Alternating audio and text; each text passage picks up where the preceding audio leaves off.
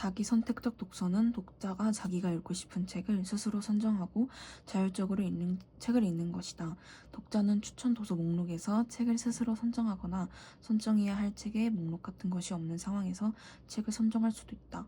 책을 선정할 범위가 정해져 있는 경우이든 그렇지 않은 경우이든 독자는 책을 선정하는데 어려움을 겪을 수 있으며 이 어려움은 독서에 대한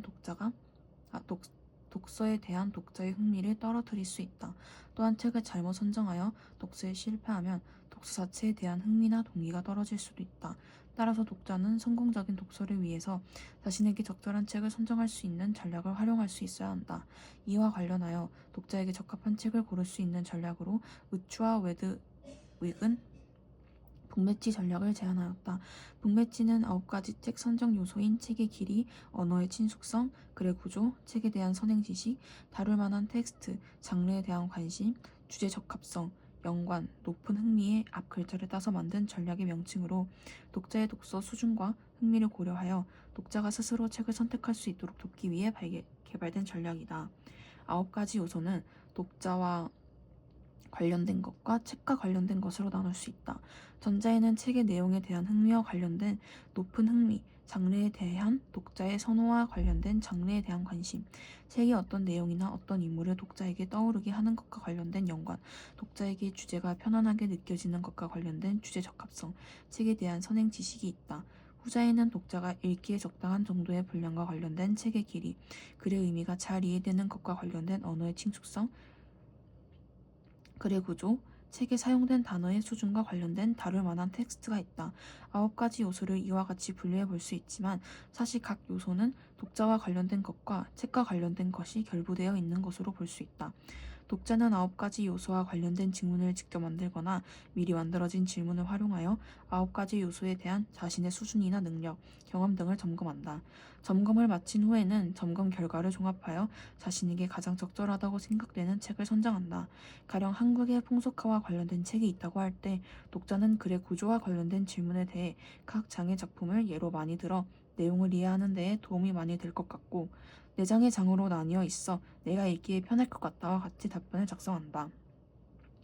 독자는 북매치 전략을 활용하는 과정에서 책 선택이 어려움이나 적절하지 않은 책 선정으로 독서 과정에서 겪었던 어려움을 떠올려보고 이를 임식함으로써 자신에게 적합한 책을 고를 수 있는 역량을 기를 수 있다. 북매치 전략을 활용한 자기 선택적 독서를 통해 독자는 자신에게 적절한 수준의 책을 읽음으로써 책의 내용에 대한 이해의 폭을 넓히고 독서에 성공하는 경험을 가질 수 있다. 독서에 행위하는 경험을 한 독자는 독서에 대한 흥미와 동기가 높아지며 독자 자신의 독서 능력과 성공적인 독서 행위에 대한 기대와 믿음을 높일 수 있게 된다.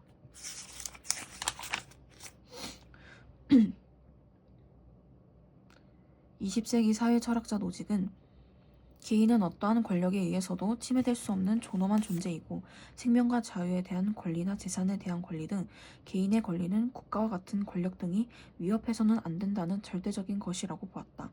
하지만 그는 자연 상태에서는 개인이 다른 개인의 권리를 침해할 수도 있으므로 개인의 권리를 보호할 수 있는 최소한의 권력을 가진 지닌 국가가 필요하다고 보았다. 그는 무정부 국가가 그리고 유토피아에서 자연 상태에서 최소 국가에 이르는 일련의 과정을 분석하여 가장 정당한 국가가 무엇인지에 대해 설명하였다. 노직은 국가가 강제력의 독점과 모든 사람에 대한 보호 서비스 공급이라는 2가지 요건을 갖추어야 한다고 보았다. 이때 강제력은 부당한 침해에 대해 처벌할 수 있는 권위적 힘, 즉 권력을 뜻한다. 노직이 상정한 자연 상태에는 권리를 가진 개인들이 살고 있다. 자연 상태에서는 개인 간의 분쟁이 발생할 수 있고 다른 이에게 권리를 침해받을 수 있다. 권리 침해와 이로 인해 분쟁을 방지하기 위해 자연 상태에 놓인 개인들은 자발적으로 보호협회를 결성하고 협동을 통해 서로를 보호한다. 하지만 협회에 속한 모든 사람이 보호받기 위해서는 회원들이 항상 대기 상태에 있어야 하는 불편을 겪게 된다. 이러한 문제를 해결하기 위해 상업적 보호협회가 탄생하게 되는데 사람들은 협회의 대가를 지불하고 보호 서비스를 받게 된다. 이 협회는 회원과 사적으로 계약된 상태이므로 계약 당사자들만을 보호한다. 상업적 보호협회들이 여러 개 생겨나면 이들끼리 경쟁을 하게 되고 그 결과 일정 지역 안에서 보호를 지배적으로 행사하는 지배적 보호협회가 형성될 수 있다. 이 협회는 지배적인 위치에 있긴 하지만 다른 협회가 권력을 행사하는 것을 막을 순 없기에 권력을 독점하고 있진 않다. 따라서 이 협회는 노직이 생각하는 국가의 두 가지 요건을 모두 갖추지 못한 상태이다. 그런데 한 협회가 권력의 독점을 주장하며 사법 조직을 설립함으로써 한 지역 내에서 독점적인 보호를 행사하는 형태로 발전할 수 있는데 노직은 이를 국소국가라 하였다. 극소국가는 권력의 독점이라는 요건을 충족하지만 극소국가의 보호 비용을 부담하는 자는 보호하고 그렇지 않은 자는 보호에서 제외하므로 노직이 생각하는 국가의 수준에서는 여전히 이르지 못한다. 노직은 극소국가가 국가에 자발적으로 가담하지 않고 있는 지역 내 독립된 개인들을 흡수하여 일정 지역 내에 거주하는 모든 이에게 보호를 제공하는 최소국가로 나아간다고 보았다. 최소국가는 국가에 자발적으로 가담하지 않는 독립인들이 타인에게 해를 끼치는 행위를 하지 못하도록 금지하는 대신 보호하는 보상을 제공한다.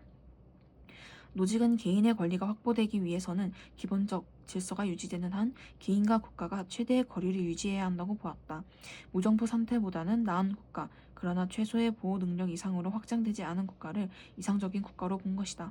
국가의 기능은 국민의 보호에만 국한되고 개인은 보호에 대한 대가로 수수료를 지불하면 된다고 보았다. 이것이 노직이 그리는 자유주의적 국가 이상이었다.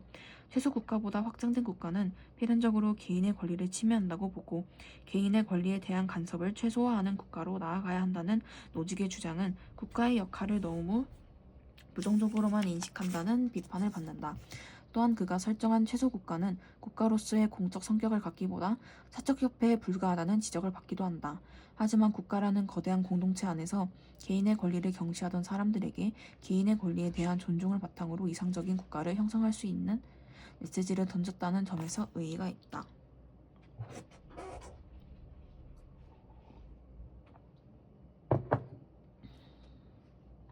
공공선택 이론에서는 공공재의 공급 결정과 같은 공공선택의 과정에서 각 개인의 선호가 사회 전체적인 선택으로 전환되는 과정인 정치적 의사결정이 어떤 경제적 의미를 갖는가를 분석한다.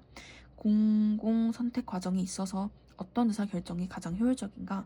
이러한 질문에 대한 뷰캐넌과 톨록은 의사결정 비용과 외부 비용이라는 개념을 활용하여 해답을 제시하고 있다. 의사결정 비용이란 합의를 이끌어내는 데 필요한 시간과 노력을 의미한다. 어떤 집단에서 논의 중인 의안을 통과시키기 위해 요구되는 찬성자의 비율이 높아질수록 의사결정 비용은 증가한다. 반면 외부 비용이란 다른 사람의 행동 결과로 인해 개인이 감수해야 하는 비용으로 어떤 의안이 통과되었을 때 이로 인해 자신이 손해를 본다고 느끼는 사람에게 발생한다. 따라서 어떤 의안을 통과시키기 위해 필요한 찬성자의 비율이 높아질수록 이러한 외부 비용은 감소하게 된다. 그러므로 어떤 특정한 표결 방식과 관련된 총 비용은 이 두 가지 유형의 비용을 합친 것이 된다. 아래의 그림에서 세로축은 의사결정에 수반되는 비용을 나타내며 가로축은 의안을 통과시키기 위해 필요한 찬성자의 비율을 나타낸다. 곡선 A는 의사결정 비용을 의미하며 곡선 B는 외부 비용을 의미한다. 그림에서 보는 바와 같이 의안을 통과시키는 데 필요한 찬성자의 비율이 낮으면 의사결정 비용은 낮아지는 반면 외부 비용은 높아질 수밖에 없다. 반대로 의안을 통과시키는 데 필요한 찬성자의 비율이 높아지면 외부 비용은 낮아지는 반면 의사결정 비용은 높아지게 된다. 따라서 가장 효율적인 의사결정 방법은 A와 B값의 합이 최소가 되는 점에서 정해지게 되는 것이며 이때 찬성자 비율이 최적 찬성자의 비율이 된다. 물론 의사결정 비용과 외부 비용은 의안의 성격에 따라 그 크기와 양상이 달라지며 이들 비용의 정확한 측정도 어렵다. 그렇지만 의사결정 방법을 선택하는 데 있어서 의사결정 비용과 외부 비용이 모두 고려되어야 함은 설명하고 있다는 점에서 뷰캐넌 털록 모양은 시사하는 바가 크다. 어떻게 해야 사회 구성원 모두를 만족시키는 이상적인 의사결정을 내릴 수 있을까? 바람직한 의사결정은 합리적이고 민주적이어야 한다. 이와 관련하여 미국의 경제학자 예로는 바람직한 의사결정 방법이 갖추어야 할 조건들을 다음과 같이 제시하였다. 첫째는 선호 영역의 무제한성이다. 이는 개개인이 대안들에 대해 어떤 선호도 가질 수 있다는 것을 의미한다. 둘째는 파레토 원리이다. 이는 집단 구성원 모두가 A보다 B를 선호하는 경우 집단의 최종적인 선택 또는 A보다 B를 선호해야 한다는 조건이다. 셋째는 완비성과 이행성이다. 완비성은 모든 대안에 대해 선호의 순위를 매길 수 있어야 함을 의미하며, 이행성은 A보다 B를 선호하고 또한 B보다 A를 선호한다면 당연히 C보다 B가 선호되어야 한다는 것을 의미한다. 넷째는 무관한 대안으로부터의 독립성이다. 이는 A와 B 간의 순위는 단지 A와 B의 비교에 의해서만 결정되어야 하지, 제3의 대안 C가 등장했다고 해서 A와 B의 순위가 역전되어서는 안 된다는 조건이다. 다섯째는 비독재성이다. 어느 누구도 집합적인 선택의 과정에 대해서 결정적인 영향력을 행사해서는 안 된다는 조건이다. 즉, 다른 모든 사람의 선호가 무시된 채 특정인의 선호가 곧 사회 전체의 선호가 되어서는 안 된다. 에로가 제시한 조건들은 합리적이고 민주적인 의사결정을 위해 당연히 존중되어야 하는 것들이다. 그러나 에로는 불가능성 정리를 통해 사회 구성원의 숫자 2명 이상이고 선택 가능한 대안의 숫자가 3개 이상일 경우 5가지 조건을 모두 충족하는 방법은 존재하지 않는다는 것을 증명하였다.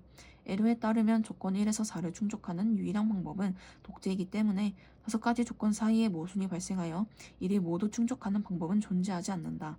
에로의 불가능성 정리는 모든 집단 의사 결정 방식에 항상 문제가 있다고 설명하는 건 아니다. 에로의 불가능성 정리는 집단 의사 결정 방법이 합리적이거나 민주적인 의사결정이 아닐 수도 있음을 지적하며, 어떠한 의사결정 과정을 통해 도출된 결과도 완전할 순 없으므로 선택되지 못한 다른 대안들도 존중해야 한다는 점을 시사한다.